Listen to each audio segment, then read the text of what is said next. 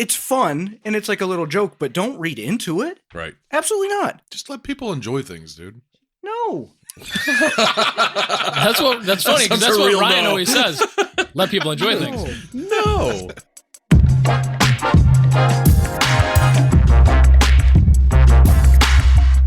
And welcome back to Unstable Discourse. God Hey, Yes. baby. damn. 4-time. Unstable Dis 4th. Yes. The 4th season. A fourth it is. And I've already made the decision. May the 4th be with us. The fourth be with We are you. not going to talk about what episode number it is on every episode. No. It's in the description. They clicked on it. No need. They know what it is. If you're here, good. We're happy to have you here. You don't need to know what number Thanks it is. for clicking. This is the first one. You're making us all rich by listening. This is the first. But wait, And I we thought we were immediately going to do backtrack. it. I thought we Wait. were going to do a whole, F9 B9. Wouldn't that be relevant? Dang it. You're right. We are doing more episodes this season. True. Huge spoiler alert to everybody listening. Why we decided to do that? Who knows? Right. I believe it was your Well, suggestion. because it was a missed op, obviously, that Obvious. we did not have a front 9 part of the season and a back 9 part of the season. 18 holes. What were we thinking? Come on, Welcome to the front nine. figure it out. Welcome into the front nine. There you go. Yeah, we're back at the Callahan Acres basement. I've missed it. It's so good to be here with you guys. There's been upgrades since the last time we were here. You guys surely have Slickin'. upgraded. Slicker than snot down here. Trying.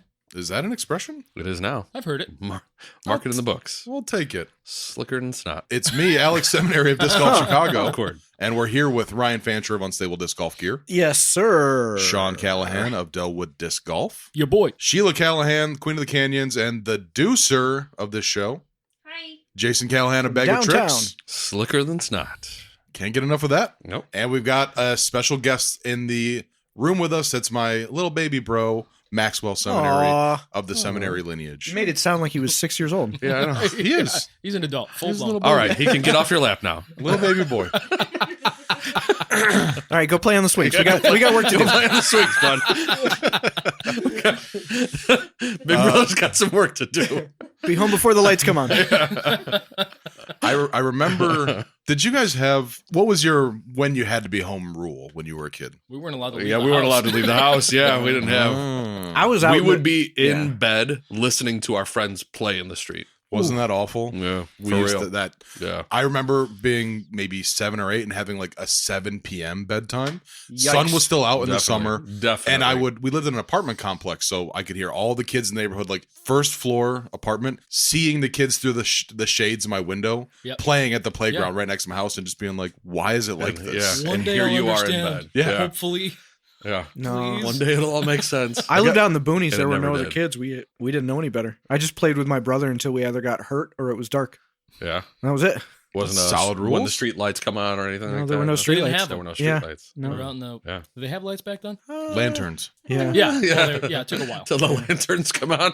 My And The guy would neighbor, walk around with a torch candle down. on a stick and be like, "All right, kids, go to bed." my neighbor Turn the Nikola lantern on. Tesla figured it out. He showed me some prototypes before they actually came out. Fanny boy, it's time to come in. Fanny Come boy. hither. Time for supper. That was fun. So you guys have already revealed we have a change made to the season format wise, just in the number of episodes. The front 9, back 9. Obviously, we should have been doing that. But the rest of the show, not going to change too much.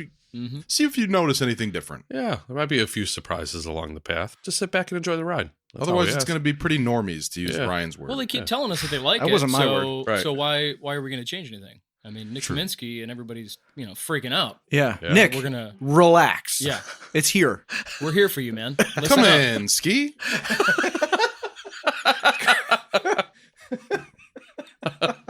You like how I tried to blame normies on you? Yeah. I know you hate. I said fingies one time, and I saw your skin crawl. You hated it. Whoa. No. Thingies. You can guarantee the end of our friendship if you use the word cukes. It's over. Cukes. Cukes, like Instead of for cucumber. cucumbers? See you Cucumbers, later. cute. Yeah, Yep. cukes. Oh, Don't let yeah. the door Yeah, hit you on the that's way done out. so. Yep. Yeah, definitely. Nope. Is cuke better than cumber? Yeah, don't say cumber. Yeah. That feels like on brand for you. Yeah, definitely. Yeah, yeah. Also, that makes me think. Do you remember the Seven Mary 3 song, "Cumbersome"? From the 90s. Have become. Yeah, Drop totally. it. Cute.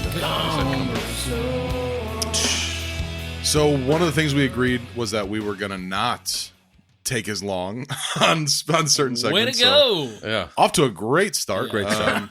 Heavy dicking around here. Before we get to the classic start of the show, which is fired up, I am curious to hear, just because it's the start of the new season, does anybody have a goal personally for the season? For this season? Pertaining to the podcast? Yeah.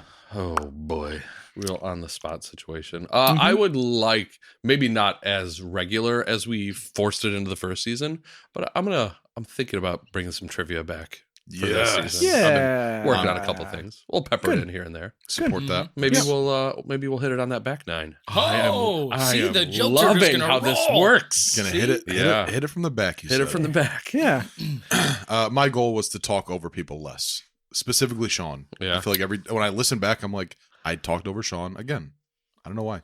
I'm always trying to add something, but like, let the man finish his damn sentence. For those of you that have an unstable discourse drinking game, unfortunately, you're going to lose that segment of when you can take a shot. But we'll see if we can get some more in there for What, you're saying drink every time I talk over somebody? That's what they've been doing for 3 seasons. Yeah. is what He's I still would got say. plenty of awesomes. Yeah, to drink to. there's still plenty there to get you drunk. Yeah, I shouldn't start a new goal without having accomplished the old goal. Yeah, it's all right. We'll see what we can. Baby We'll see what steps. happens. I've been on a pretty steady path of being prepared, like taking the time hours before we record to like make sure my ducks are in a row, and I'm going to stay on that path. So it's my continued goal of being prepared, being Love an it. adult, adulting. Love it, Jason. Would you mind handing me that bag of peanut butter M&Ms? You got it, pal. Coming at you. Oh my Oh, God. right in How the did you think sauce. that would go? Right He threw an open bag of How did you M&Ms. think it would M&Ms go? everywhere. Wow. I didn't think they would spray everywhere. I thought maybe 1 or 2 would come out. And it landed. I in wasn't the aiming for dipping the sauce. Yeah. I was aiming for the plate. Put a little English on it. Way to Come fuck on. it up. Let's start The with sauce a is still good. surprise segment of Magic Mouth. We're gonna try. We're gonna try what this M&M peanut butter M&M tastes like, covered in what kind of sauce is this? It's like a dill sour cream and something. chives? All right, here we go. I tried to crunch into the mic. Yeah. It worked. That's good. I'm across the table and I heard it. No, it's not good. Somebody send a letter to the M&M's people and let them know. They need Something a just happened. Sour cream and chives. and chive M&M. Peanut butter, chocolate, sour cream, chives. Just don't put any animated characters on the package or whatever they're dealing with Oh, right that's a now. whole I don't know. controversy. I don't even know what's going on. The woke M&Ms. Did it Yeah. thing? Yeah. They're Maya Rudolph, I think, is now the spokesperson for M&M because there's some hubbub about the genders associated with the cartoon candies, and they're just trying to not go there at all. So they're Too not even far. gonna. Yeah. All right, let's seriously get going. Yeah. It's time for Fired Up. Fired up. Bleep that out. Wow. Ooh, what will be your new bleep? Oh, do you have it yet? No. We haven't discussed it. Don't have one yet? No. It'll come to you. If you've never listened to the show, just so you know, every season there's been a different sound effect that Ryan chose to edit out the F word, not for any reason other than it's funnier than the actual funnier. F word. Season 1, you used the clown horn, which was a lot of fun. Season 2 was many different variations of Dwight Schrute saying Michael, Michael. from The That was Office. very good. Yep.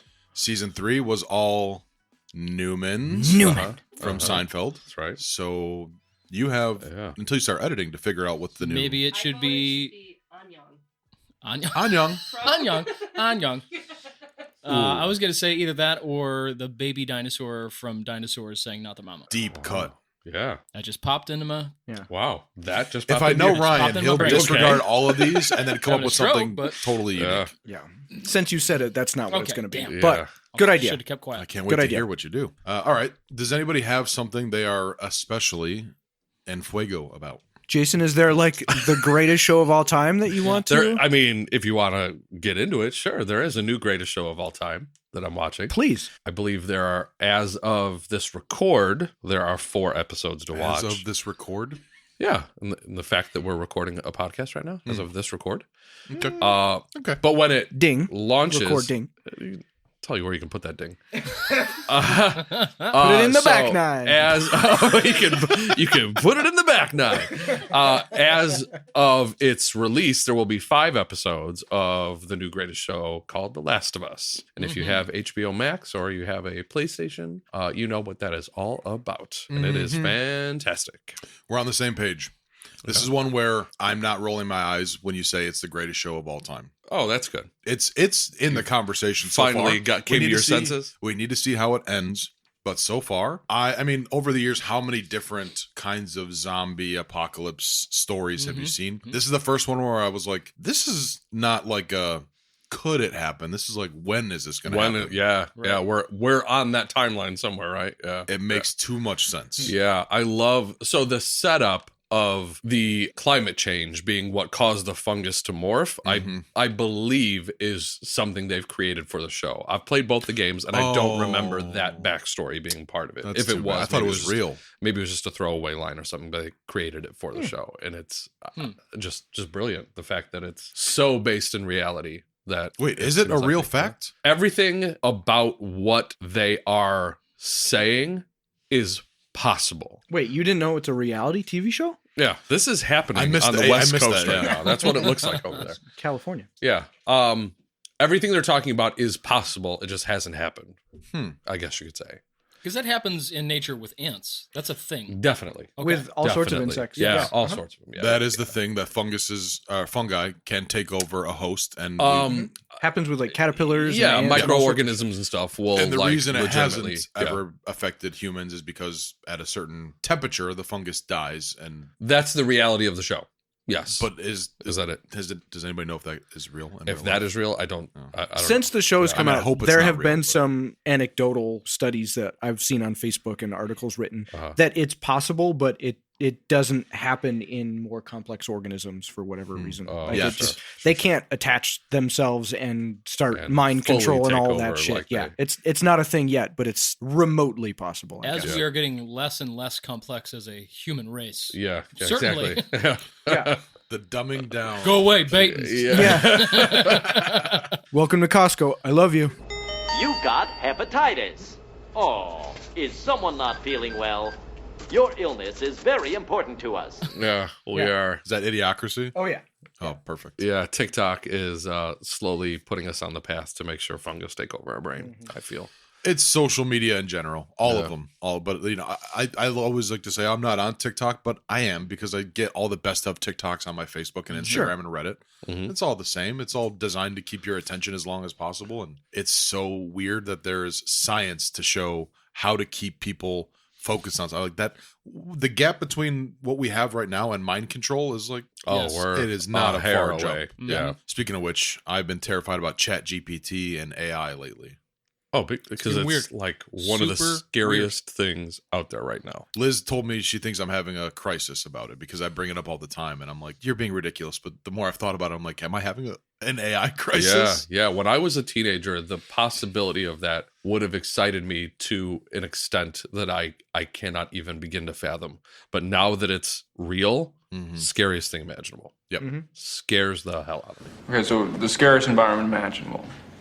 Thanks. That's all you gotta say. Scariest environment imaginable. Jobs are disappearing. And Yeah, there was a video that was going around that I watched this morning that was a guy talking about AI forming a lesson plan based on elephants. And he said, just do that. And it was like every aspect of what a teacher would need to make a lesson plan for kids for elephants. Which, I don't maybe that's a good thing. Maybe there are some upsides to it and we just don't realize it yet. But it was bizarre because, I mean, and that dude, I think, may have been a teacher. I'm not giving good details here, but it was still very creepy. Yeah, that's like tip of the iceberg stuff. Yeah. Like, I shouldn't have got us started on it because No, it's relevant and it's a great topic. If the words I'm speaking into this microphone still exist in February of 2032, 10 years from now, 33, I promise you, I know for a fact that by the time in the next 10 years, Netflix or some facsimile thereof will be in a entertainment on demand service where all you have to do is punch in to the system what you want, give it a second to process that information, make it for you. and it will make a movie with with Right. the actors that you've asked for, the genre that you asked for, the world that you asked for. It will all. We are within 10 years of that, and that is just insane to me. It's just absolutely insane to me. Yeah. I have 2 points on that, and I know we're not supposed to go too long here, but this is fascinating. On Valentine's Day, Disc Golf Chicago is going to drop a social media post that is a love song about disc golf that I asked ChatGPT to write. I just went on there and I was like, shit. write a love song about disc golf and then I gave it a couple other prompts, and it wrote a song that sounds like a freaking rock and roll classic. Mhm. And then I went onto a different app, and I that makes images, and I was like, create a picture of 2 disc golfers in love. So I've got a full song and 2 disc golfers walking through the woods holding hands, and it did this in like both different things were created in about 2 seconds. Now, the implications of that technology are crazy. We can't even wrap our heads around what that's going to look like 5-10 years from now. Mm-hmm.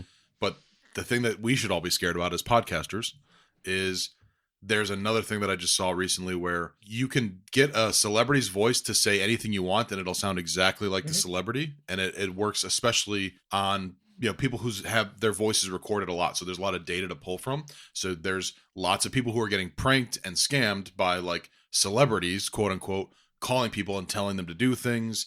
And the big fear right now is that like senior citizens are already prone to like, phone scams. Right. So if your grandson calls you and says, I need X, Y, and Z, and it's actually his voice. It's their voice. You Yeah. can, That's scary as hell. and since we have all these hours of our voices being used, we are more at risk than the general population. Sure.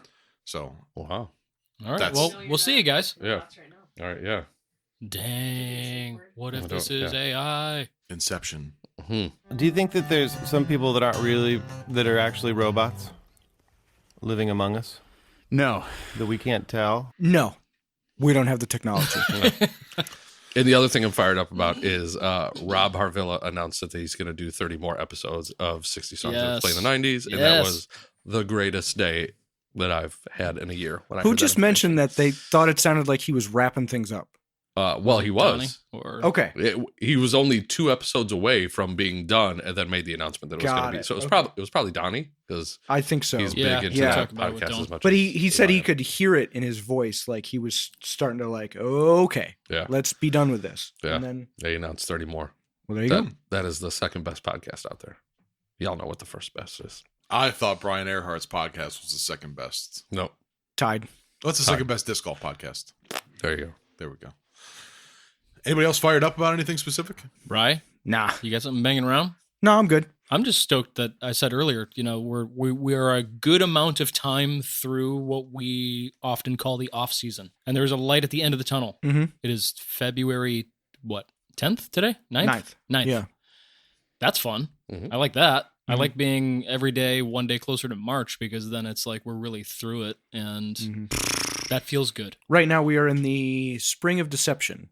Right. Yes. Because That's what I was it's going to say. 45 degrees out, and Yeah. although it was raining today, it was warm enough that I was like, ooh, Mhm. we're going to get dumped on in another month, and then we're boned. But That sound you just made is what that the Shaquille O'Neal gif where he's like doing the wiggle.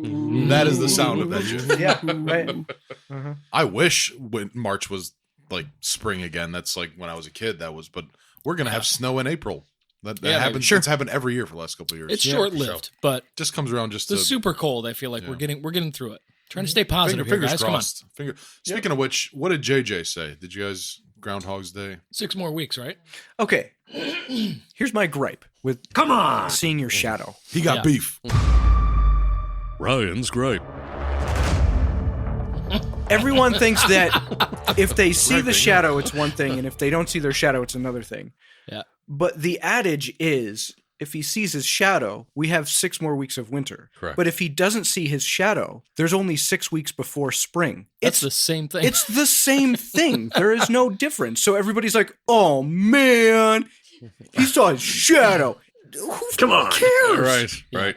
I mean, it's fun and it's like a little joke, but don't read into it. Right. Absolutely not. Just let people enjoy things, dude. No. That's funny because Sounds that's a what real Ryan no. always says. Let people enjoy things. No. Let people enjoy real no the ever. fun of it instead of taking it seriously. Right. Like, oh, bummer. I'm going to base whether or not I think there's going to be a longer winter on a marmot that popped its Yeah. head out of the ground and I whether or was not gonna it was plan a sunny. vacation. What? Yeah, don't do that. Honest answer, did you see somebody specifically, like a post from somebody on Facebook that made you this mad about it recently? Several. Throw names. Yeah. People Oh, taking it seriously? I'm not going to throw names, but there were several that are like, oh, bummer. And like NPR was like, really going to town on it. Well, I know you guys are all super bummed about the longer winter. Oh, shut the up. Not the mama. Not the mama. Yeah, we're not using that. I'm not using it. It's so counterintuitive, though. If he sees a shadow, that means the sun is out. And if the sun is out, that means it's warm. So why is it if he sees his shadow, it's going to be colder? That's not the case. Stupidest. In the wintertime, when the sun is out and it is less cloudy, it tends to be colder because there's less insulation from the clouds. If there are less clouds, it tends to be windier and colder. There you go. I guess. What a gopher hole we just ended up in. Yeah. Last of Us, right? Good. Last so of Us. good. Yeah. And how about that AI? All right. I think that's probably a wrap on Fired Up for now. Sure. Yeah. Keep it moving. Yeah. I know that the start of the season is, by the way, listeners, I forgot to tell you at the start of this episode, the main topic of this episode is PDGA memberships. So stay tuned. We're going to get to that when we get to the meat and potatoes. Mm-hmm. I'm done with Bangers and Mash, by the way. Oh, good. We have to do something else. Yeah, we can't do meat and potatoes or bangers and mash. I'm good with that. Yeah. Okay. I just wanted to retire it. Yeah. Okay. We'll figure it out. We get to the main part of this episode. It's We'll gonna know be by PDGA then. memberships. Yeah, we'll probably. figure it out. Yeah. But with this being the start of the season, both the podcast and real life, we've got a substantial Callahander rundown to get into. That is correct. There was a lot to dive into, even though I swore I would be fast. I will say it as fast as possible, Dad. I can fast forward it. I mean, I can speed it up. Don't give me any dirty looks now. Please do Sean like chipmunk voice. Chipmunk voice Come on. through the Callahan rundown. All right, let's check it out, y'all. Callahan Rundown, Spring 2023 edition, which is March, April, and May, in case you didn't know. What was all the hand motions? He was gesturing to me like, please do what you're going to do. And I was gesturing, I'll handle it. Don't worry about it. I got you. Even all this part, you're going to cut this out. All right. First off, by the time you hear this episode, we will be 5 weeks into Hellwood, which means there are only 3 weeks left and one Glow Flex. The Friday night leagues go live on the Tuesday night before at 7 p.m. discgolfscene.com. Come on, Pete. And the Glow Flex is on Saturday, February 18th from 4 to 9 p.m. That's going to be fun. There's a lot of people that want to come out to that because they can't make the Friday night. So that's true. Saturday, Yep. 4 to 9, February 18th. Lights are going to be off. Lights will be off. Fog machines will be going. Mm-hmm. So get on that, discgolfscene.com. It is a pre-reg only, so you can't just show up. You got to pre-reg. Yep. Also, DDG bag tags are back on Saturday morning. Sign up at 10, tee off at 11, 15 to play, 10 for a tag. We are back on that. I was thinking this morning of maybe doing some different formats and finding ways that I could switch it up from just singles play and maybe do like team play or like scramble play or something like that. And Ooh, still captain do and crew, tags. something Yes, cool. yes. Yeah. Just this morning. So maybe I'm going to throw a wrench in everybody's spokes. Cool. Trinity Links bag tags are back on Sundays starting on March 5th. 15 for a tag and 10 to play. Doc's just got to be difficult and do the opposite of mine, which I had to ask about this morning. Thanks, Doc. This is your opportunity to play Trinity Links and get warmed up for the season where we will inevitably have some events. So, course still being closed, get over to Trinity Links bag tags on Sundays starting March 5th. Whew. You're doing great. Deep breath. Alvin. Go ahead. New this year. This is where I thought you could do a little voice change for me when I say the Greater Joliet Tour season. Only now with what you're going to do, that's going to be like The Greater Joliet Tour season! You just leave it to new me, this please. year, the GJTS is now the Greater Joliet Tour season. I even put in here, Ryan, can you add some effects to that for me? The Greater Joliet Tour season. That's right, 10 events throughout the year that will culminate to the GJTS finals in October. We decided to make all of our events part of the larger season, utilizing not only sanctioned and unsanctioned events, but also all different formats from singles and doubles to match play and putting skills with 4 Z's. You'll pay for the put whole in seat, there. but you'll only need the edge. That's right. Strap in for the Greater Joliet Tour season. First stop on the tour season is the Dog Bowl, as we all know. That'll be going live by the time you're listening to this. But if it's not full, get your butt over to discgolfscene.com and get signed up. The event is on March 11th and 12th. New format this year with a 2-day event. First round, combined scores with your partner. Second round, best shot doubles. We are still doing a fundraiser for the Will County Humane Society, which we were just at today. That was super cool. Playing with all the pups. I love the kickoff to the season being the disc golf takeover over at Old Oak Golf Course. I really do. That's a blast. Oh, it's a super Having time. that whole space with the bar and, oh, God, it's so good. I can't wait. The best part is we're inside and they are outside. Yes. Yeah. So If who it's cares? as last year Doesn't was matter. the coldest disc golf event I've ever was done. cold. Still had a blast. Yes. Yeah. Fraction Run Cup 5. We are in the Cinco. fifth year of some of these events. It is so good. This is the first sanctioned event of the Greater Joliet Tour season, and it's at Delhi on April 1st and 2nd. The event registration goes live on Friday, March 4th at 7 p.m. discgolfscene.com. We will be playing a unique to this event layout as we did last year. I like switching that up and having it be unique to that specific event. So I'm looking forward to putting that layout together. GJTS TDTC, your favorite match play event, is happening again this year. We're bringing it back to a single day event at Trinity Links. GJTS points only for the winning team. The event goes live on March 24th, and the event is on Sunday, April 23rd. Last year we did 2-day event. We're going back to the 1 day as we did on the first year. It was much more homey vibes. So we're getting back to that. It's going to be a good time. Last but not least, the fourth stop on the Greater Joliet Tour season, Workforce Brewing Open 5 at Trinity Links. This event registration goes live on April 14th, and the event is on May 13th and 14th. Make sure to mark your calendars, set your alarms, and follow these events on discgolfscene.com. Not sure if you're aware, but when you are on discgolfscene.com and you have a profile, you can follow the event. You go to the event page and click follow. And then you will get notifications for when these things go live. So please do that. It works real good. Yes. Was that fast enough? Oh, it'll be so fast. Yeah.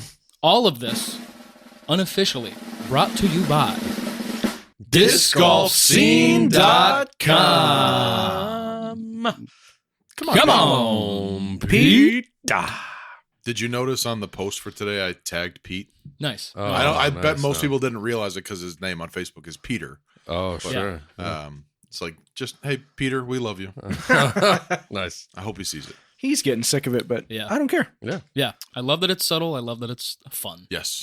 I think I mentioned this once in the past, maybe, but when I get those emails from Pete after an event asking for feedback, I cannot not sign off my email with, come on, Pete, or Pete, I love you. Always something to like let him know, hey, I'm one of the guys that says that all the time. I don't know if I don't know if he knows me at all, but Right. So it might be very awkward when he gets those messages. I don't know. Yeah. Or whoever gets them and it's like, what the Come on. are these guys Oh, talking about? I literally assumed it was just only Maybe. Pete. Who knows? Could be. Maybe it's just AI, you know. If anybody can make it happen, it's Pete. Right?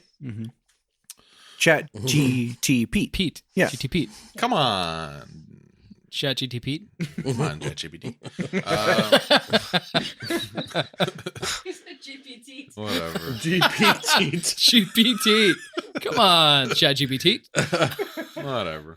Teat is a funny word. Teat. Yeah. I screwed up because I was supposed to send you Disc Golf Chicago's events. We don't have many nailed down yet. But did you go up to June? Okay, then I'm saving mine for later then. Yeah. March, April, cool. May. That's a wrap on the Cal Helander rundown. Cool.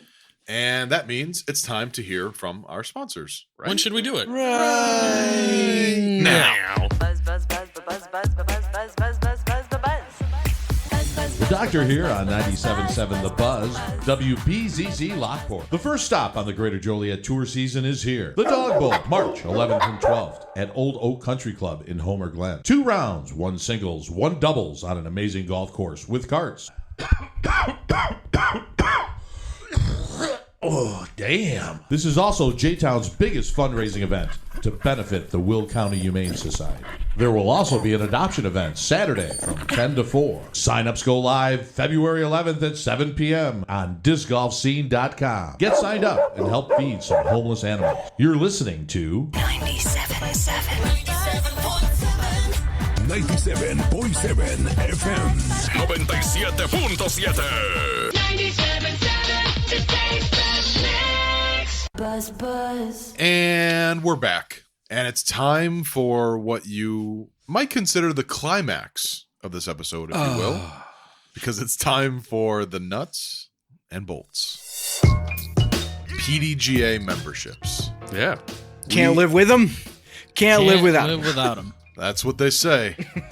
This is a appropriate timing for this topic. Obviously, we've all agreed, it's the start of the season. Now's the time. Are you going to renew? Are you not going to renew your PDGA membership? We're going to cover things that if you've had a PDGA membership over the years, you probably have thought about or considered at some point. There's a couple hot button issues I think we're all going to get a chance to weigh in on here. Thank you to the listeners who submitted some really great questions to the mailbag. Thank you for doing that, guys. Actually, Jason, you brought up a couple that were like really great prompts for the conversation. Very relevant. Definitely. Yes, hit us with it. Adam Marbs, he wants to know, what do you guys think about the PDGA hiding your stats when you're not current? So before we talk about the different stances, what does that mean to somebody who has never had a PDGA membership and doesn't, let's unwrap that first. So the reason for this whole podcast, I think, is because of what we had read previously from past guest of the show, Chris Sprague. And he was talking about this very thing, which he's brought up several times on Facebook. The issue is, doesn't matter how long you've been a PDGA member, if you are not current, which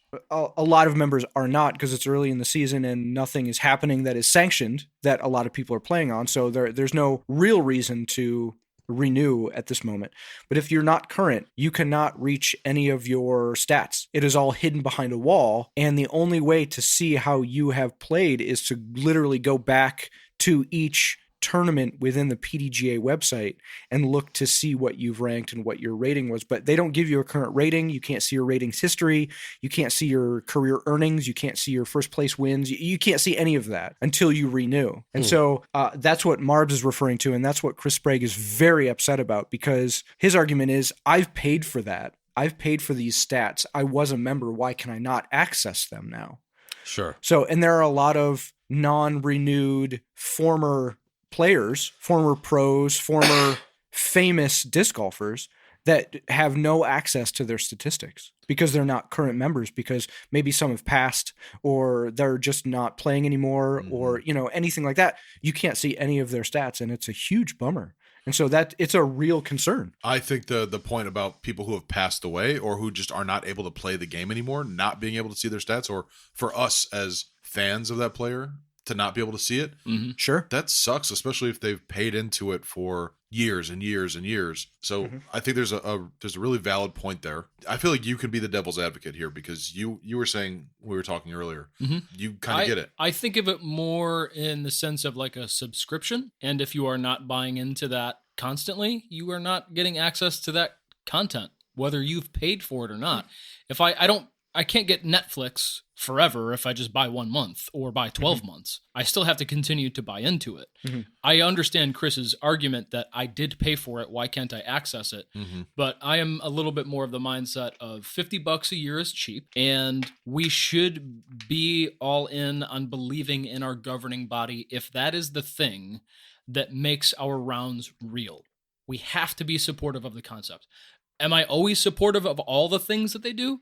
Not every time. Sure. But if we are not being supportive of it, and that is the thing that legitimizes our rounds, then what are we doing? I mean, we just have to kind of buy into it. I don't get the argument. Yeah, I think there's a middle ground. You can be expired and you can have a non-current PDGA membership, and you should still be able to see your rating. That number should be transparent. It's not that difficult. And I think the rating and I think career earnings you can see depending on what you've done. But yeah, it's just a few things like that. And like ratings history. What is the benefit of hiding that until you renew?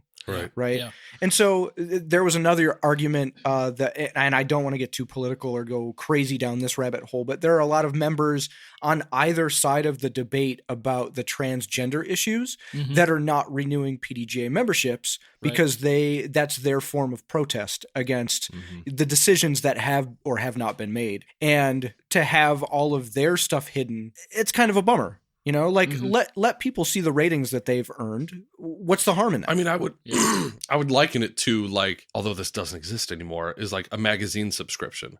That's like you had a magazine subscription for a year, you didn't renew it for the next year, and then someone from that company takes all the magazines back because you didn't renew for the next year. Sure. That's how that feels to me. It's take something from me that I could have, not something that I have. That I've already have all purchased those stats, and you've paid for them.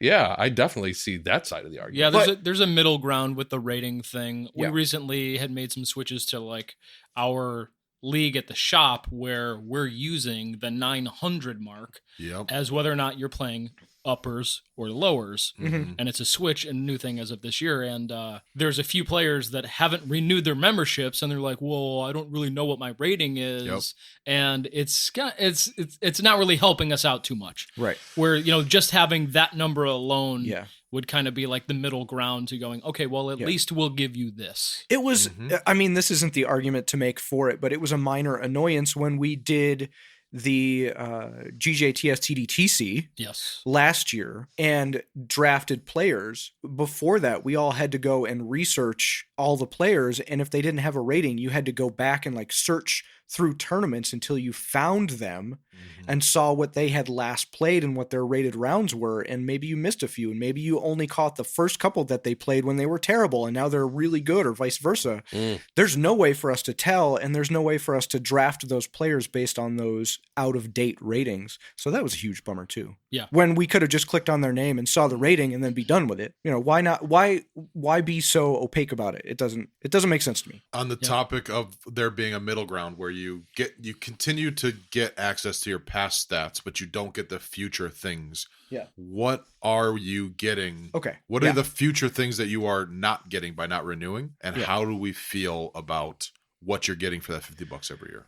So this was another thing that I talked to Mike Rapika, our state coordinator, about, and he showed me the membership benefits page. I read through it, and there were a few things that I didn't even realize were a benefit of being a member of the PDGA. Obviously, you get a rating, and you get the chance to play sanctioned rounds, and you make disc golf legitimate. Hold on, because you can play a sanctioned round without having a PDGA membership. It's just a $10 fee. Correct. So they will keep track of your rating, but you don't actually get a rating, and you don't get access to any of that until you pay a membership fee. So you can play a sanctioned round, but it means zero to you until you become a member. So, and then you pay $10 more on top of the event fees. So the early argument for me was, oh, well, you should just be a member, because if you play 5 events, then you've paid for the membership. Are you going to play 5 events this year that are sanctioned? No, but I'm going to. He won't play 2. Right. No, and I'm in the same. Like, best case scenario, I'll get to play 2 tournaments this year, 3 maybe. Sure. I don't care what the rating is. I don't even need to see my stats. Right. I'm not going to get my money's worth on saving $10 per event. So I want to play in those events, especially the really cool ones. Am I getting my $50 worth in other ways from not, if I'm not playing 5 events, am I getting $50 worth out of my membership? Here is the abbreviated list from the membership benefits page. You don't have to pay the extra $10 sanctioning fee, so take that for what it's worth. You get lifetime player ratings, which we just discussed. You don't until you're current all the time, but if you're current, you continue to get lifetime player ratings. One big one, which we have not utilized, and apparently it's going to be a large thing, is live event support. So there will be live support from the PDGA if for any reason tournament directors or anybody organizing a sanctioned event has an issue, they can chat or call the PDGA and someone will be available to work through the issue. Like maybe, Clash a couple of years ago when we had some issues with what do we do with the weather and postponing and all that. Maybe that would have been a benefit to us and then to the players. But does that mean that a player can't communicate with you if they're not a member and they have an issue during the event? Surely it helps you as the TD be able to solve things. But if I'm playing in the event, I paid the $10 fee because I'm not a PDGA member. Will I not be able to communicate with you on this platform during an event? No, this is more for tournament directors, but your $50 membership fee helps to fund got that. This live support, which will trickle down to benefit everyone. And the player, that's cool. Hypothetically, I have yet to see it work, but I'm going to guess that it works. I don't know. We'll see how that goes. I like that point. Yeah. That's there's value there. The digital scorecard and the digital rule book and the course directory that they have is actually pretty great. UDisc obviously trumps it if you're not playing a sanctioned round, and when they do elite events and all that stuff and they use UDisc with all the stats, it's phenomenal. But for the regular events that we do, PDGA, digital scoring, did that start last year? 2 years ago. 2 years ago? Whatever it was. COVID year. Since it's come out, it's been great. So that is another benefit that you get from your $50 is not always a tangible, I get something back. Yes. And that has to be, can't always be a thing you hold. that has to be realized. So when you're listening to this, try and understand that what you're getting is sometimes intangible, right? Half off your Disc Golf Network subscription, which That's pretty good. a ton of us get, which is a huge value. How many events are they doing this? I don't know, but they're like doubling up for some 35? weekends. They're doing 2 events It's a per weekend. ton. Yeah. I think 35 is the number. If it is, that's unbelievable. Yeah. And how much is it for the year anyway? I think So it's that's like it was $5 a month. I don't know if Right. it still is that cost for, Okay. for well, whatever it is, that's at least half of your membership, if not more. If Sure. you're going to subscribe to that anyway. If not, then ignore that, right? But yeah. there's also free Disc Golf Network events for some tournaments. I know they did some final round coverage and some whole tournaments that you can log into and see. So that's another thing. That's cool. It's not phenomenal, but it's great. It all adds up. Disc Golfer Magazine, take it or leave it. Yeah. It's quarterly. It's something they have to pay for. It gets funded through the members. So that's They have to pay for. They have to do a magazine in 2023 when all the information in the magazines are on social media and the internet sooner than it is in a magazine. Yeah. And the magazine is just booty to me. I will say that there's probably a larger number of people out there than you'd think that are stoked on it. Because they've been getting it for 30 years or however long they've been doing it. And if that was taken away, like that is something that they treasure. Like, fair. Sure. You know, Yeah. not everybody is 32. Yeah.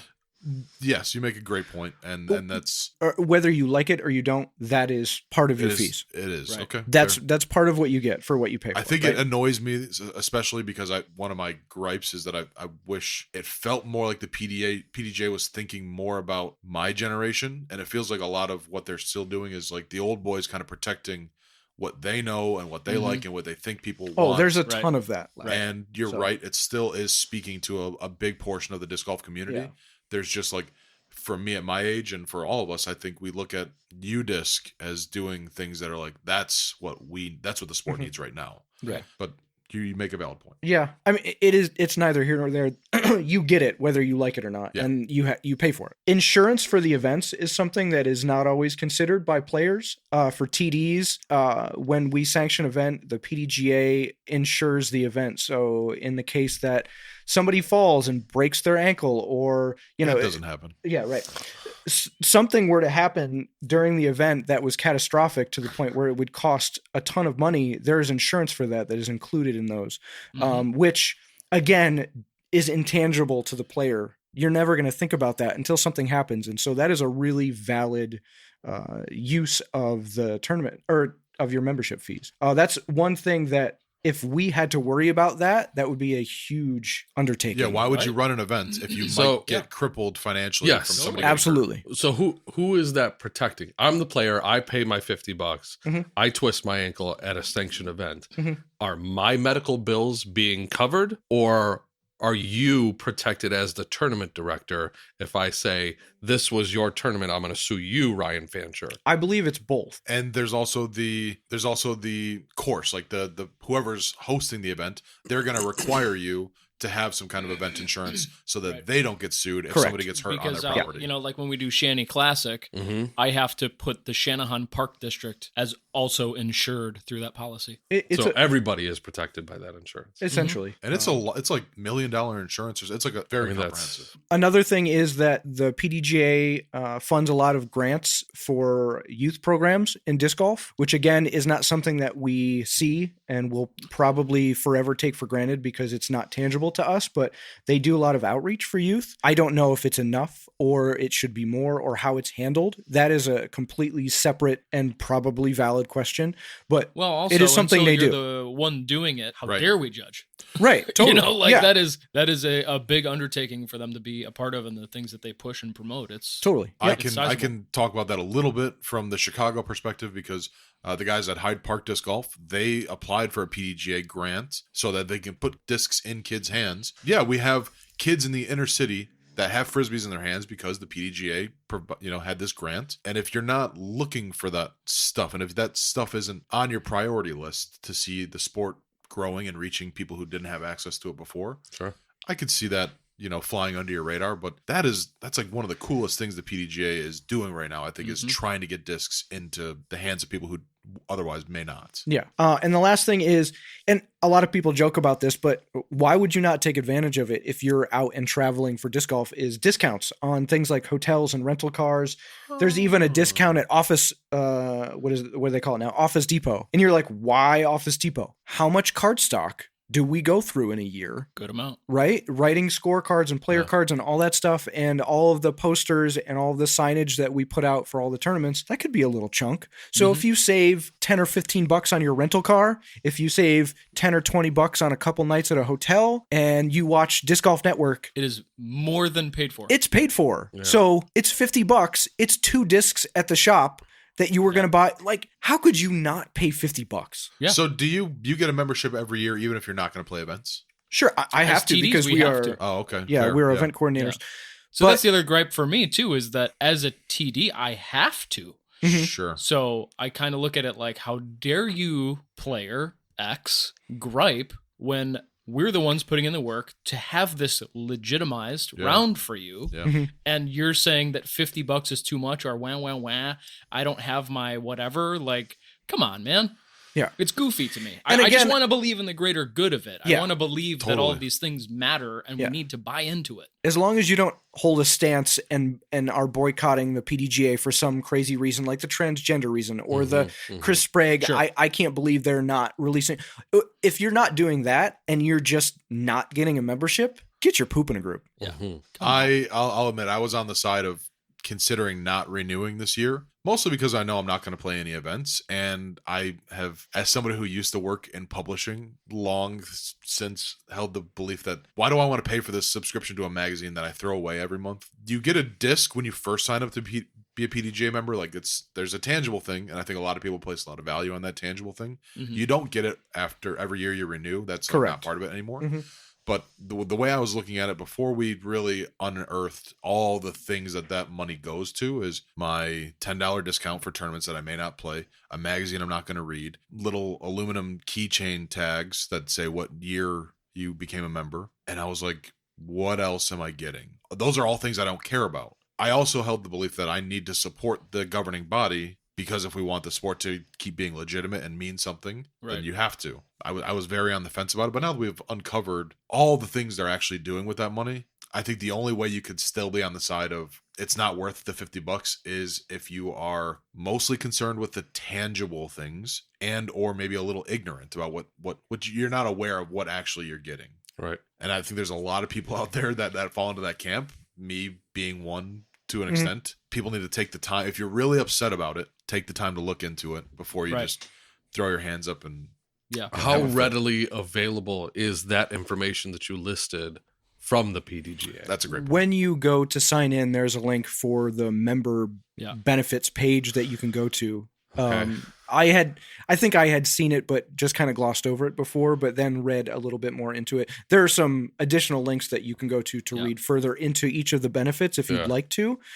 It's there. It's not easy to navigate, though. It's very much like a government website. That's I think the flip side to the coin of the conversation is that, okay, if I'm going to be in a position myself as a TD and as a promoter of the PDGA and legitimized disc golf, and telling people, and we do this on a pretty regular basis at the shop where people come in to play a flex and they're like, I don't have a membership. And I go, you want to get one right now? You got a debit card? Yeah. All right, I'll do it. We do that many times a month. So if I'm going to be that guy in that situation, we need to talk about changing the experience through the website and bringing it kind of up to speed with how people are used to having those types of things. They're missing the mark with it not being closer to how social media looks. Our profiles, quote unquote, should be more like a profile. It should be something that I get to put my little twist on how I experience this thing, so that when people go to my page, they can go, oh, I'm a big fan of Discmania, or I'm an ambassador of X, and, you know, I have done all these events. And this was one of the things when we were having the conversation with Mike over the weekend that I said to him was that I'm on board with you saying it costs $50. Okay. But make it cooler. You guys are capable of making it cooler without that cost going up. Oh, I was just going to say, you can raise the bar with zero money involved. Right. Yeah. Mm-hmm. So I really wish that they would start to kind of look at the way people are utilizing social medias, right? How many disc golfers do we know that are going, I don't use Facebook? Tons. I'm too old to have an Instagram. TikTok? No way. So how are we going to then go, okay, we see the problem. We don't have a network for these people, but we want them to be in constant conversation about this thing. Mm-hmm. Take that as an opportunity to take PDGA.com to the social media level, even though there's that stigma of we hate this and it's dying and it's whatever. Sure. There still needs to be a way to make it yours, to make that $50 feel like it is worth something through the experience of the constant connection with going to said site. Go to any website that you are familiar with and go to FakeTaxi.com. Yeah. There's something called the Wayback Machine. If you've ever seen that, the Wayback Machine will take you back to websites as they were in whatever year, month, day you want to see them. Go back to 2010, 11, 12 and look at like the Home Depot website, right? For instance, because I'm on there all the time because I can't stop buying tools. If you went back to 2010 and looked at the Home Depot website, you would laugh yourself to death at how outdated it looked like. Yeah. But you don't notice those changes. They've updated them as we went, right? Now go back to the PDGA site. I was just going to It looks the same. Yeah. Hey, what do you know? They've done nothing. Yeah. They may have done a lot of back end. I'm sure they did with the app and, they're doing some cool things that are helping for sure. But the actual look and feel and design of that website has remained, and it's time for a change. It's time for more and better. And just a minute ago, Sheila pointed out something, a discussion that we had with Paul McAllister, legend Paul McAllister of J-Town fame, the Godfather, really. The last sanctioned round he did was in 1986. And we know that because that man has bought a PDGA membership every year since. Wow. Hasn't played. So, I mean, think about that, as somebody that I definitely look up to. And I wouldn't be where I'm at doing what we're doing, even sitting here at a microphone. Sure. If not for that guy putting masking tape on trees in Rockdale 40 years ago. And cutting the spark plug wires of motorcycle gangs that were infringing on the parks. Right. No joke. Yes. Stories. So, I mean, if anything, like I look at that and go like, this dude believes, I have to believe. It's like oddly, weirdly, like a religious almost belief that the greater good is something we all have to get in on. And if anything is going to push us to the next level, whether you want it or not, the PDGAs, the DGPTs, these things that we have to support them. That's how we're going to get there. And for those of you that are like me, when you hear numbers like that and you want to do the math and figure out how much money he spent since it's over $22,000. I bet, you know what? I bet I wonder if he doesn't have $50 a month. No, $50 a year. No. Oh, I thought it was per month. No. Never mind. He may have the all-time membership now that I'm thinking about it. I don't think so. Because no? The PDGA contacted him and said, do you realize how much money? We did. Okay, we did. Okay, he went into that detail. All right, so he doesn't have it. He just continues to pay $1,850. Yeah. Sorry. Yeah. So you can buy a house payment. Yeah. Is it $2,000? You can buy a lifetime membership for $2,000 and then never have to renew. It's automatically renewed. That's a risky move though, because you don't know what they're going to be like in 5 years, 10 years. Yeah, sure. Sure. But again, that's the belief in the system, right? Yeah. But rather than in church going and putting your 10 or 20 bucks in the bowl as it passes by and never knowing coupon. Yeah, right. And never knowing where that 20 is going to go and what it's going to fund once it disappears, you get it back in the form of some coupons and a disc golf magazine. You like it or you don't. You get it. Disc golf network stuff, right? Nerd out about my keychain. Sure. They're 10 feet away. They're over there. You can see them from where you're sitting. Every year that I get have mine them in the mail, all on the throw same it straight thing. in the trash. Oh, I keep mine. I got all I'm mine. super proud. They're all in order on the same keychain. Crispy has not opened any of his magazines. They're all still in the plastic. Wow, that's cool. In 40 years, man, not even from like a value and I could sell them, but now like I feel like a dick. That's cool.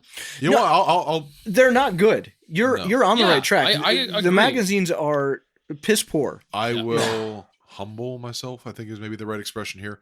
I'm a child about the magazine because once upon a time when I worked in publishing, I saw the PDJ was hiring for a marketing manager and I applied for that job and I'd like hinged my reason why I would be a good person for that, because I was like, I work in publishing, the magazine's terrible, there's so much opportunity for growth here, and I did not get to I didn't get to the final round of interviews. So I was like, come on, this magazine. Yeah. They could definitely in the magazine, because I do a flip through or two when I get it before I put it into the recycling bin. I don't keep them. The content that is in there could be less dated in the sense that we're reading about tournaments that are 4 tournaments ago. Yeah. Last quarter. So doesn't totally irrelevant. Yeah. And I do deep dives, do some interview stuff, do some more deep divey type of stuff. They do instead one of stats big from tournaments that interview. were 3 but stops ago. It's a lot of Prodigy ads and stats from tournaments that were 3 months ago. And, the point of who would you say is keeping the magazines?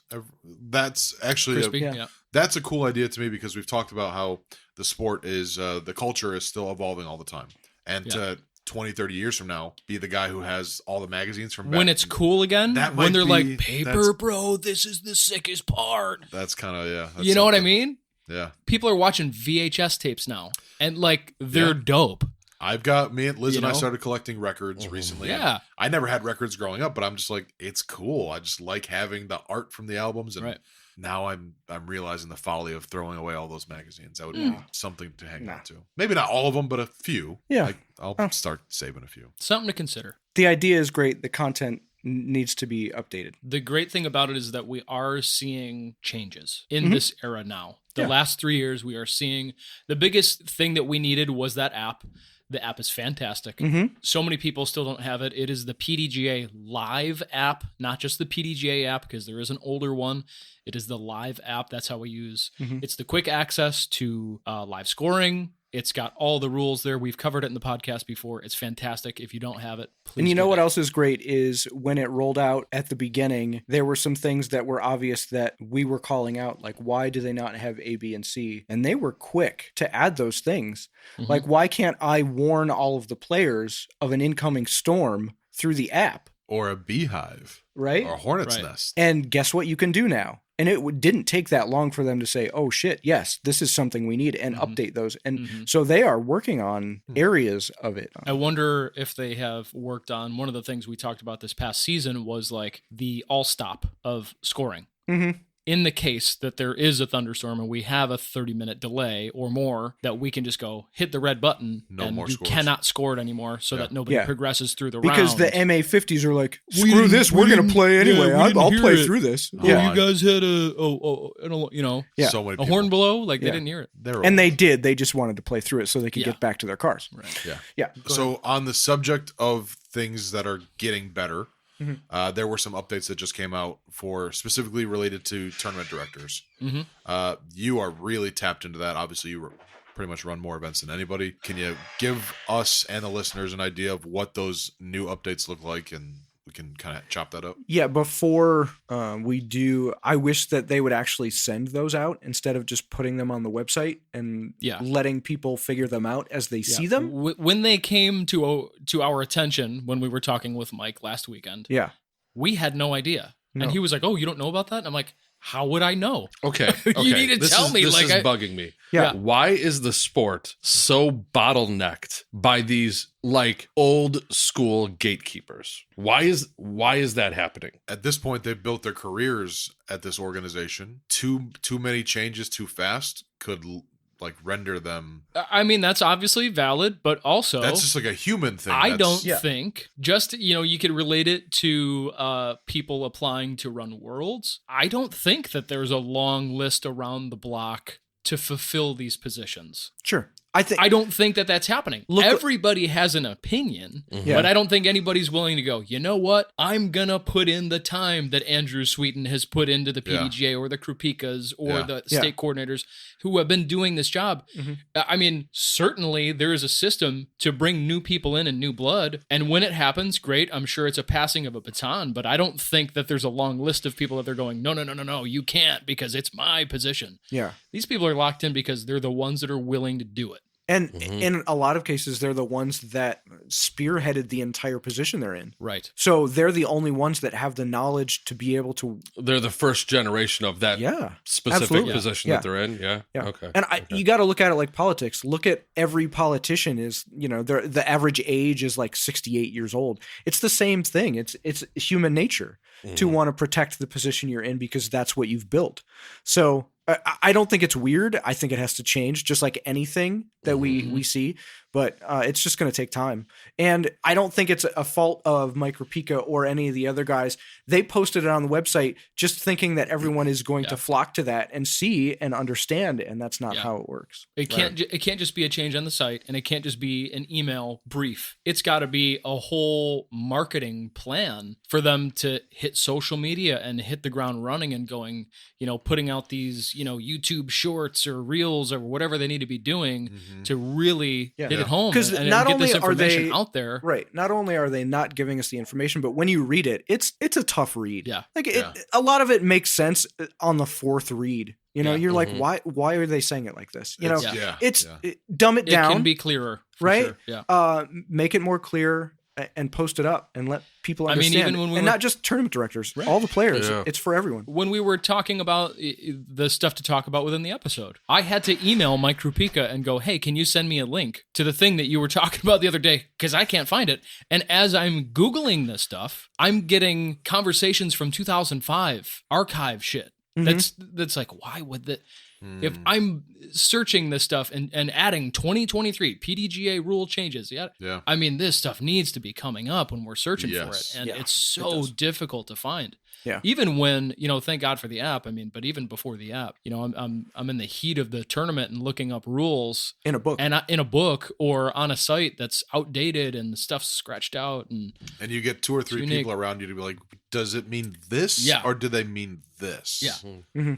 The gray area, the constant gray area. Yeah. So you were going to get into some specifics. I didn't mean to cut you off. Specifics. So one of the things that Mike had specifically brought up this past weekend was the fact that there was a change in that TDs can now pay themselves up to the player fee based on the tier of the event, and I will explain. So I'm just dreaming about diving. Okay, into a so pool let me of give money you right now. some quick numbers. Okay. Yes. So A tier, it's $4 per player. That's the PDGA sanctioning fee. Once the TD pays the $50 to sanction the event, then per player in the financial part of the TD report, it is $4 per player from their sign up that has to cover that cost. $4 per player at an A tier, $3 per player B tier, $2 for a C tier. I see what you're saying. So now the new rule is that at a C tier, as a TD, I'm forced to pay that $2 from their sign up, but I can also go, okay, you get $2, now I get $2. As a TD, I can pay myself.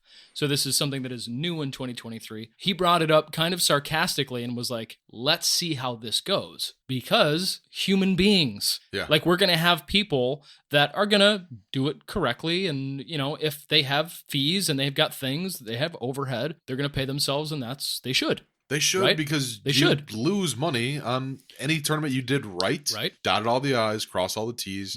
Lowercase J's. You probably lost money on that tournament. Sure. Right. Or you're going to run a shitty event because there's no vetting process. Right. And you're still going to give yourself $2 per player, walk away, and everybody's going to go, man, this event was shit. Yeah. I like that the survival of the fittest aspect of that is like people, the TDs who are running good events and paying themselves out of it. I don't think players are going to care. They're going to be like, I go play these events because they're awesome. And I trust that person or that group of people is going to give me a great experience.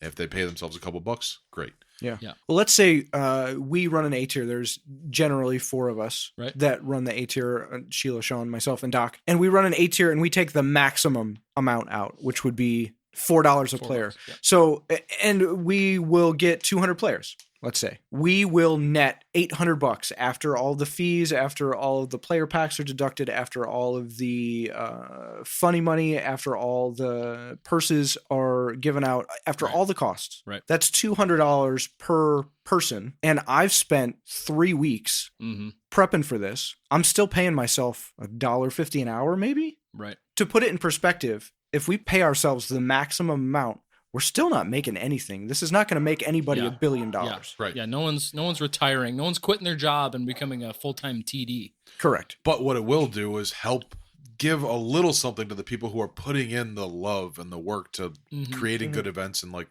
not paying out of pocket for the privilege to run an event for everybody. Yeah. Sure.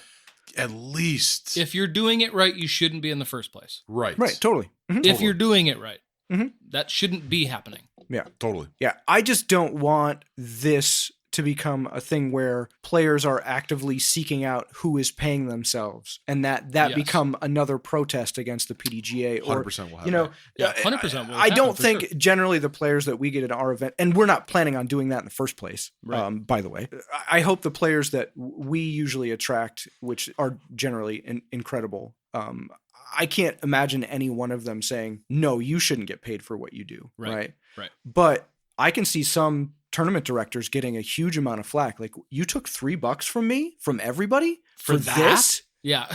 right? For this shit show? And Yeah. the flames Right. would be 30 feet Right. high, and it would be over. Right. For that so I TD. think like So- what Alex was saying earlier, I think this will help the players go, oh, this is the vision is clearer now, and now I am no longer going to play the events from X shitty TD. Yep. Sure. Hopefully. I mean, there's a bunch of reasons why that's already going to be happening because any given weekend, you have more than one option of a tournament to play pretty much any weekend. Yeah. And maybe that will also weed out some of, and I don't think this happens often, but there is a possibility that a tournament director can fudge the numbers and end up profiting quite a bit. You know, you can buy a $5 t-shirt and tell the the financials in the back end It was $10. that it was $20 Yeah. for a player pack, and you end up netting $15 a player pack. Right. And you can recoup those costs, and there's a way to do that. And maybe that'll vet that out. I don't know if that actually happens, but I could see a lot of shady tournament directors fudging, the money. I don't know. Hopefully it becomes more transparent and all the players realize that there is a way to do that and that they look more closely at where the money is going. So, but speaking of a bunch of tournaments that you have to choose from, another change is the radius. The radius between tournaments. So C tiers, there was never, it was always 0 miles. So you could have 2 C tiers right next to each other. The distance between 2 C tiers was always negligible. It didn't matter. But when it came to a B tier or higher, there was a certain mileage that you had to have away from another B tier. You cannot, if somebody's running a B tier this weekend, you cannot also run a B tier unless you are 50 miles away at least. Right. So that kind of thing. 50 miles away was a thing, and now it's 25 miles, if I recall from that graph that I was given. Okay. Let me look before we do that. Which means that there could be more events of the same caliber closer to each other. Together, which is good. I think which it's is good. what we've been asking for. Events are filling up. Let's double check it before we. So I have it right here. It is all the changes are in red. Obviously, all my listeners can see all the changes in red that I have right here. Obviously, you can all look at it. You can hear the red. Yeah. But the ones that I'm going to list have been changed. So between a B and a C tier, I think was 50 miles, and now it's 25 miles. Between 2 B tiers, I think was 100 miles. It might have been 75, but now it's 50. So in general, they've been shrinking everything down. Between 2 A tiers was like 500 miles, and now it's 200 miles. I can't remember exactly what it was, but they've lessened the radius the distance between, because there's so many competing tournaments now. You just have to give you have to give more options to more TDs to run events. They've made events more accessible to players, essentially. Yeah, more accessible to players and easier for tournament directors and also the state coordinators. Mike Rapika, every year at the end of each year, setting up the schedule for the next year, it's a nightmare for him. Yeah. He has to reach out to every single TD and figure out who can run what, and hey, you can't do it on this date, you got to do it. I don't envy that position at all. As lenient as possible when it comes to that time of year when he's like, hey, I'm like, whatever you need. Yeah. Absolutely. Whatever you need to do, just do it, and that will be the outcome. Yeah. And so thank you. Yeah. Thank you so much. Thank you so much for doing this. Right. And so he's got more leniency also to be able to schedule that and fudge the numbers to be able to get everybody's tournaments in, which is great. Yeah. Another thing that I brought up to him while we were having this conversation was, flexes we are doing a shit ton of. Which are and great. People Yeah. love them Yeah. because we can make them so cheap, and it's great. It's a great way for us to fundraise.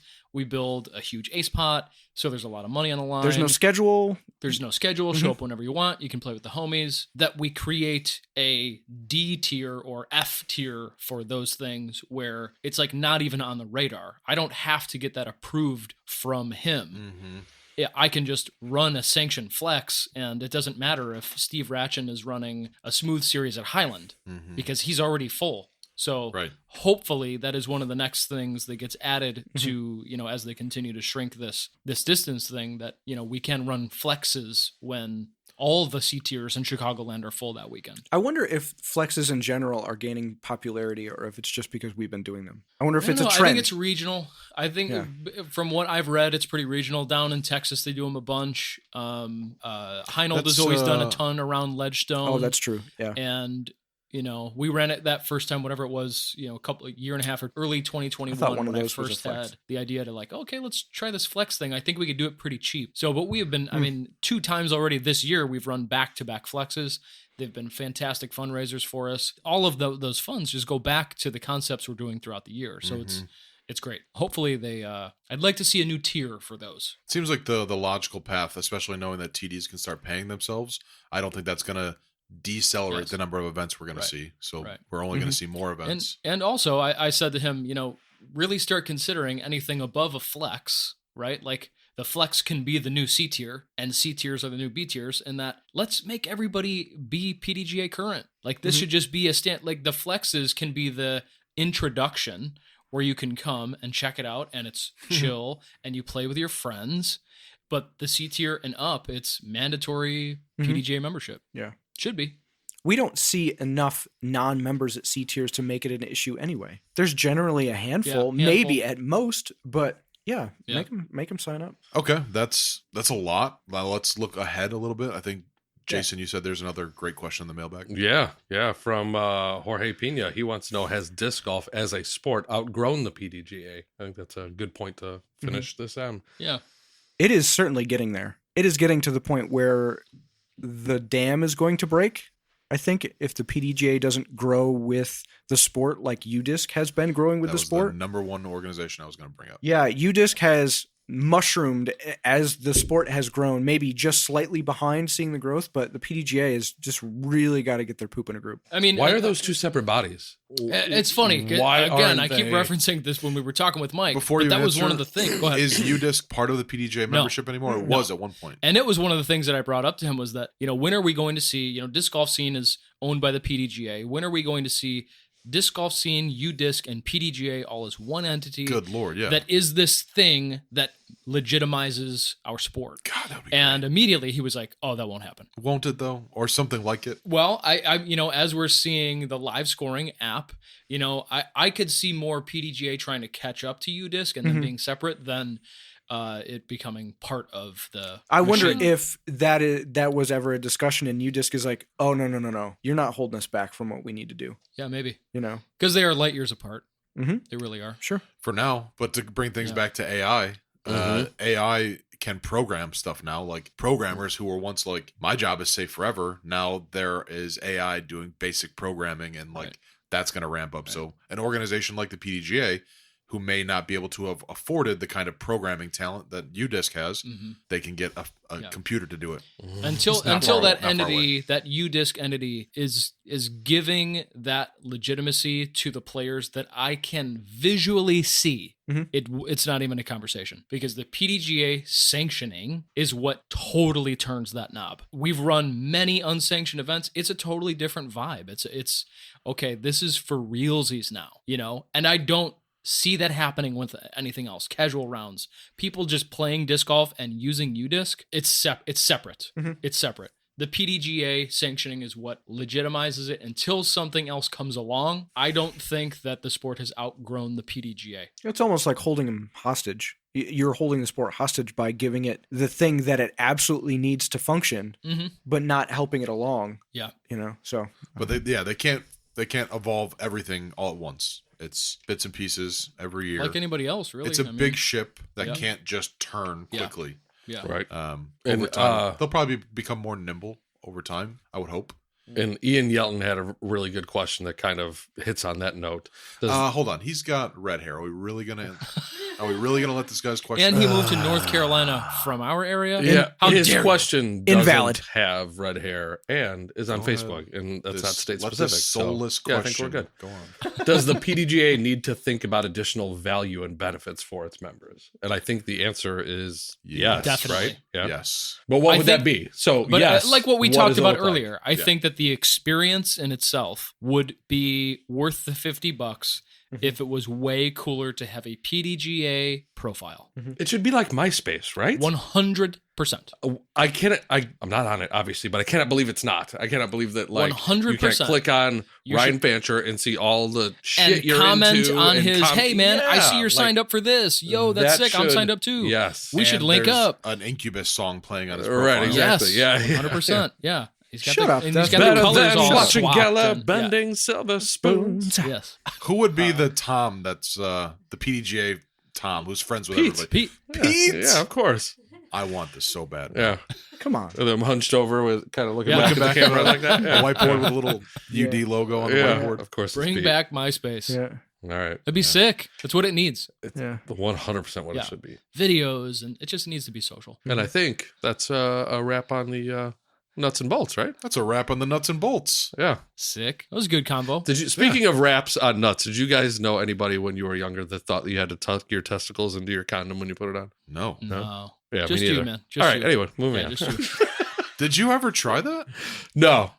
But there was a time that there But was when a you did, discussion. did it He had hurt? he had a really good friend Did it of him hurt when that you told did him it? all about it Yeah. and Yeah. how difficult In it college, there was a discussion once about It's the if balls you should too, or right? should. Yeah, it's balls too. Yeah, totally. Yeah. It cracks me up. Oh, Wow. But nonetheless, This is why I love that it's called the nuts and bolts. Look Yeah, at the natural. Look what it did. Yeah. Yeah. Look that's what it great. did. Now we put a wrap on that segment. Mhm. Fantastic. And I think that means it's time for the mailbag. Does that mean that it's Mail time. Mail time. Mail time.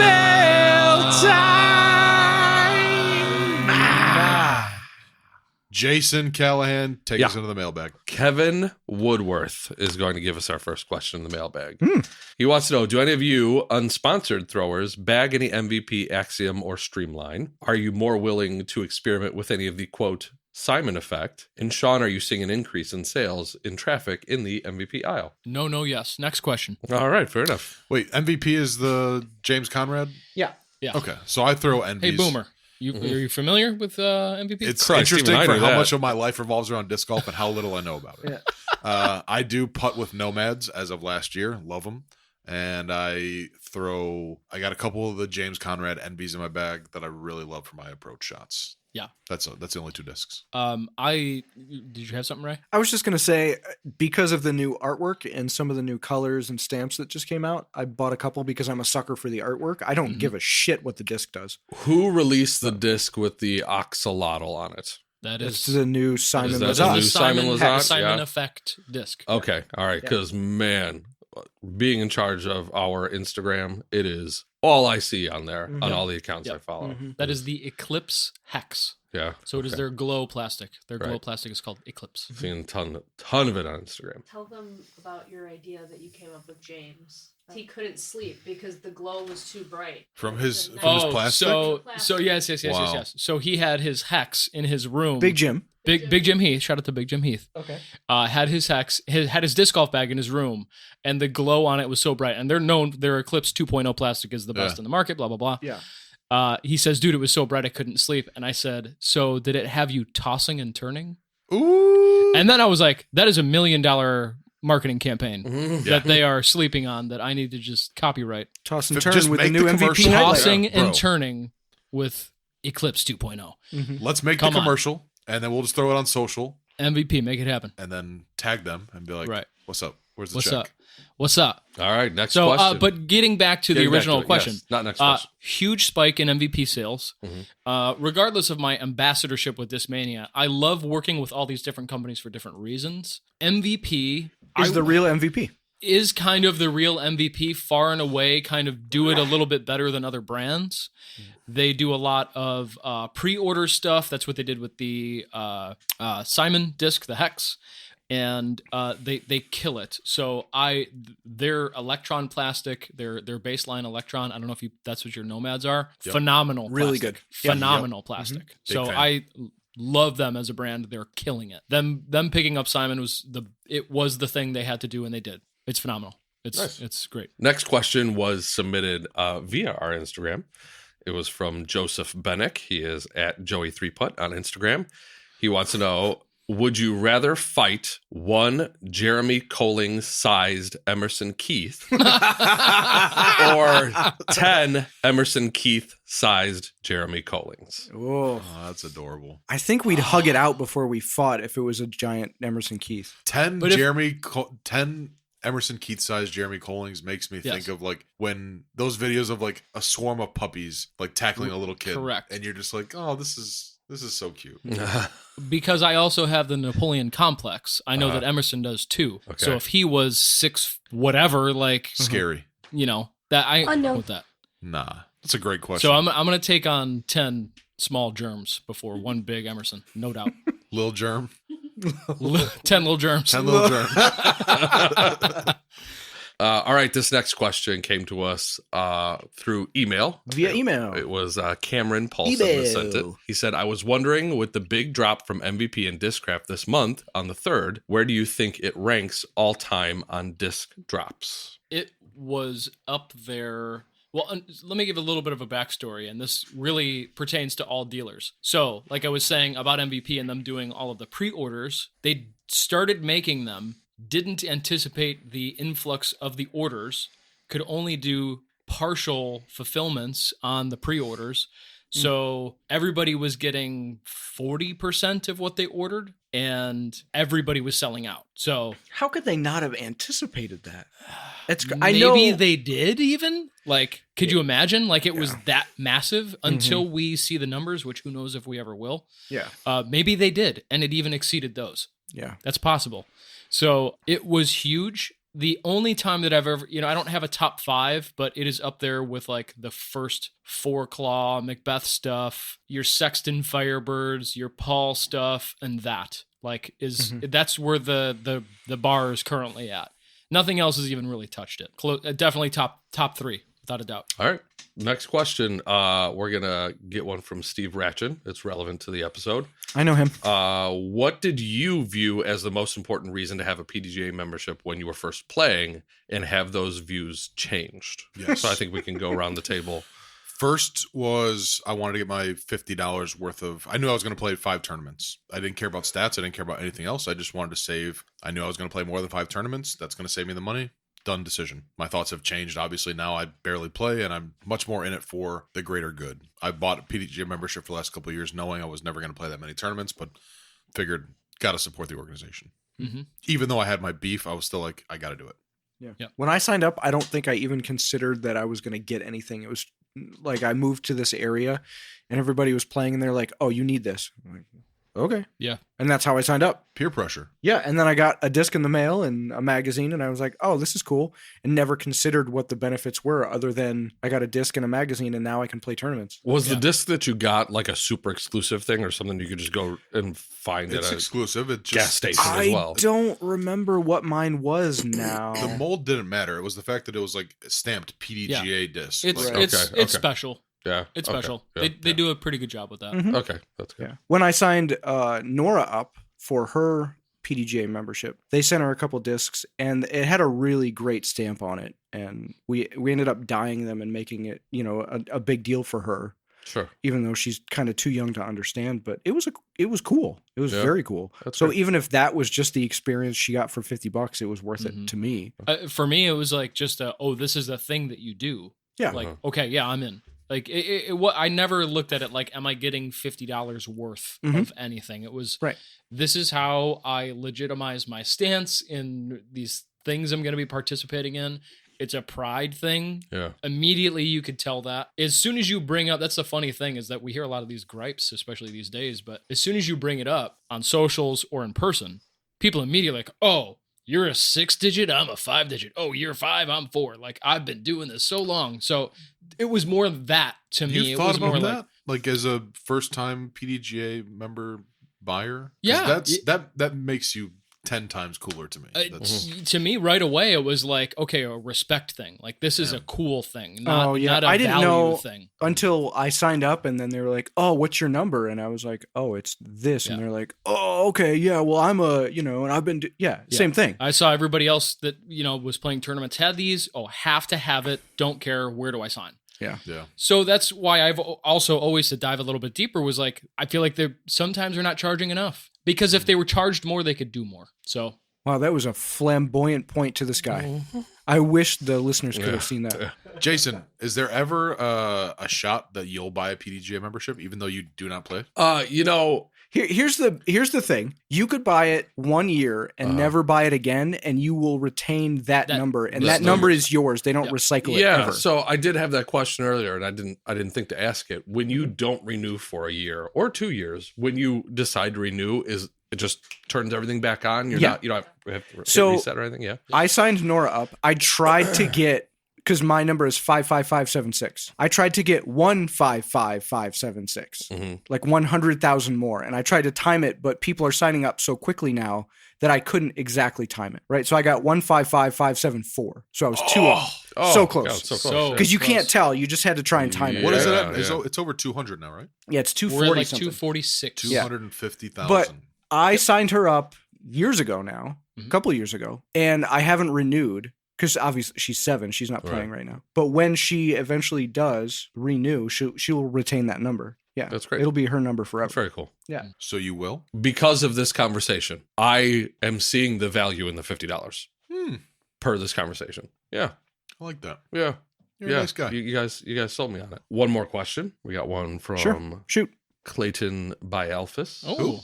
Friend of the show. A very particular friend of the show. Too farty. This one is directed towards Sean. He wants to know, what are your thoughts on a tasteful elevated basket with or without elongated poles? And would you consider one for deli? Don't like them. Gimmicky. Don't like them. They look gross. They play gross. I don't like them. Did he edit his question? Because I feel like earlier it said particularly on 6E. Oh, yeah. I think that's one that he and I have talked about too. Oh my god! Specifically, that would drive me crazy. Like hole 9 at Eagle Ridge. I just don't. I don't like it. I'm not a fan. Mm-hmm. What? I mean, what? It's just become the fact that you think it's gimmicky. Is that it? It looks feels gross. It just looks weird. It doesn't play well. Like you How could high be up 2 is it? feet out and hitting the bullseye on any other basket so height. annoying. You're dropping in and you have scored because you threw well. Mm-hmm. There, you're doing like a weird throw up to 9 feet in the air. There's a couple steps up, and you still, once you're on those platform steps, you still have to reach up and get your disc. It's pretty high. Yeah. Wow. Yeah. Okay. I Over your like head. baskets to be elevated if they can be based on the terrain, but I don't just like So I've seen an 8-foot baskets pole like hanging sticking from out of trees and stuff like that. Or is that that can be done? Yeah, that can be done right. Yeah, that can be done right. But like just having it in the air to have it in the air, not a fan. The ones that they do on tour that are like head height with the platforms underneath them on the holes that are not particularly difficult, I think that's kind of neat because they're not obnoxiously high. Right. And it's also amazing ad space, which is probably why they do that. Absolutely. Yeah. Tastefully done. I can see it, but generally. Yeah. All right. Next question. You said you'll have to edit it because you said last question on the last question. Oh, did I? It doesn't matter. You can edit it. Fix it in post. Sure. No problem. Next question is from Jeff Chappelle. He wants to know, do you think the PDGA should require members to vote on issues that the board of directors will eventually vote on in the following year as part of their membership renewal? I don't think there's a way for them to require members to vote, but putting a vote out why would you not gather that intel? I think that would be, considering right.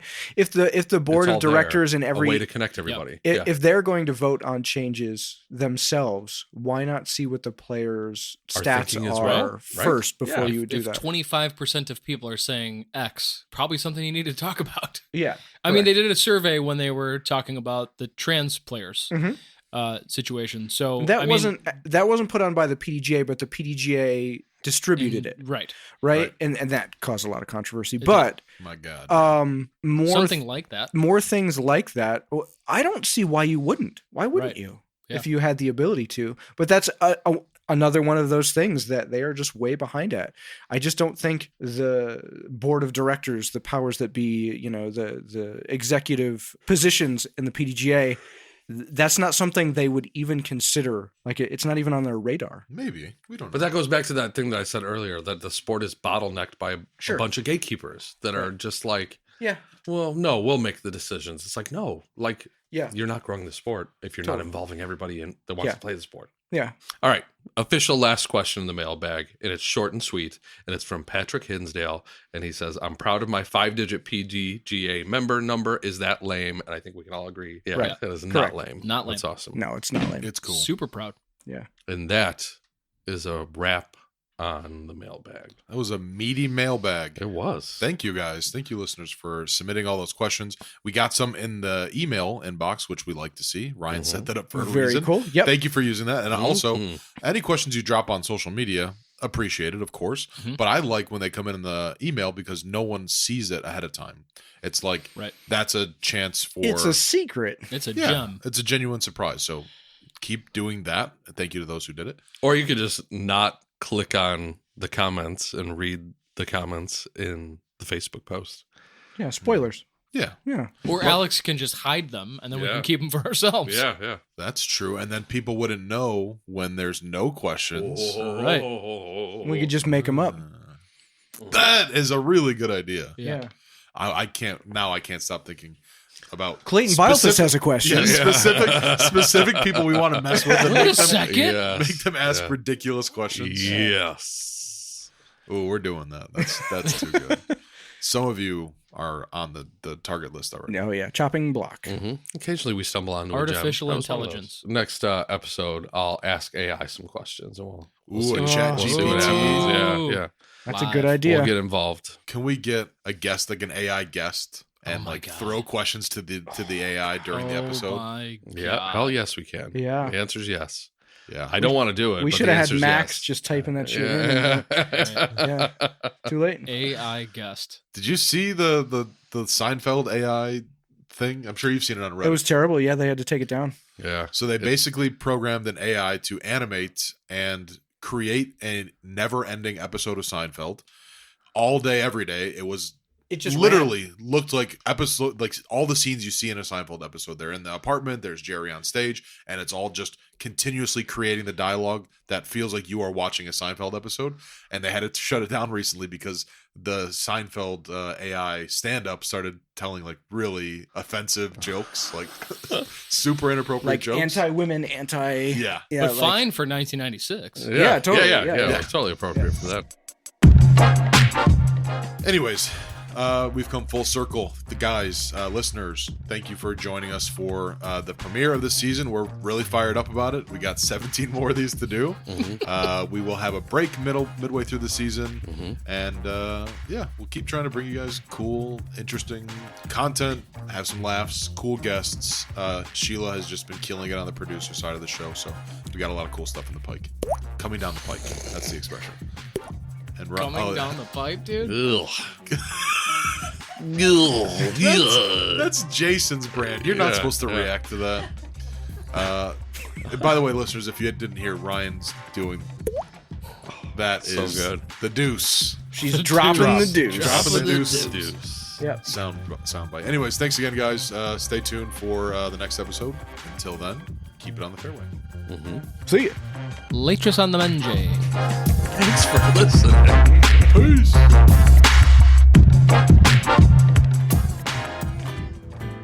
Unstable Discourse is produced by Sheila Callahan. Edited by Ryan Fancher. Beats provided by Alex Seminary. And produced in association with Unstable Disc Golf Gear. Look good, feel good, play good.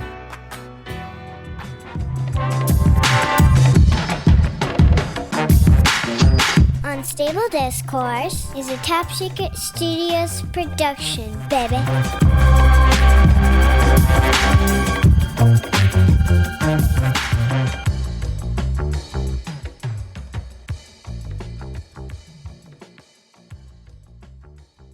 You'll pay for the whole seat, but you'll only need the edge.